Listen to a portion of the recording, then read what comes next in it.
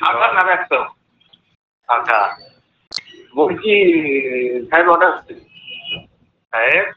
order করেছে হ্যাঁ chocolate হ্যাঁ ওরাবার জন্য অর্ডার করেছে কিন্তু এটা তো লাইনের নাই মানে সবাই হ্যাঁ সবাই প্রশ্ন করছে কারা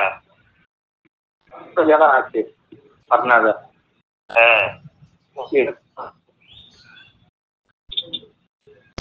বলেছে কিছু একটা ভেবেই তো বলেছে অঙ্ক দিয়ে মিলছে না আমার এসছে হ্যাঁ হ্যাঁ হ্যাঁ হ্যালো হ্যালো কথা কেটে যাচ্ছে তো বলছি আমি এত বছর এই কাজ করেছি আমার কোনদিন মানে ভয় ডর লাগছে কিন্তু এখন এটা বিবেক মানে যে করাটা ঠিক হবে এটা তো লোকের জীবন বাঁচে হ্যালো তোকে তো মানে ফাইট টু ফিনিশ করতে বলেনি হ্যাঁ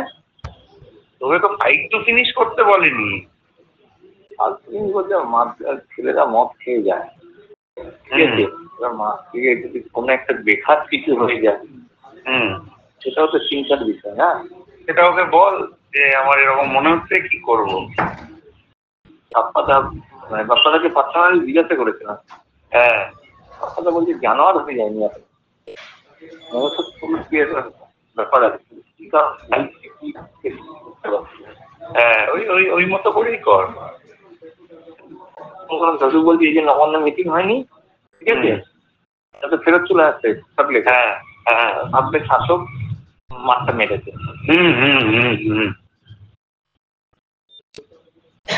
কি বললো কথাটা কিছু বুঝলে হ্যাঁ আমি বুঝে গেছি বলছি পুরো দোষটা দিয়ে আরো বড় অশান্তি পাঠানো যাবে হ্যাঁ হ্যাঁ হ্যাঁ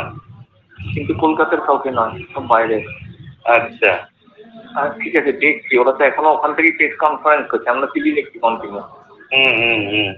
কি করবো মাথা ফাটানোটা ঠিক হবে খানিকটা যদি কিছু করা যায় খানিকটা হলেও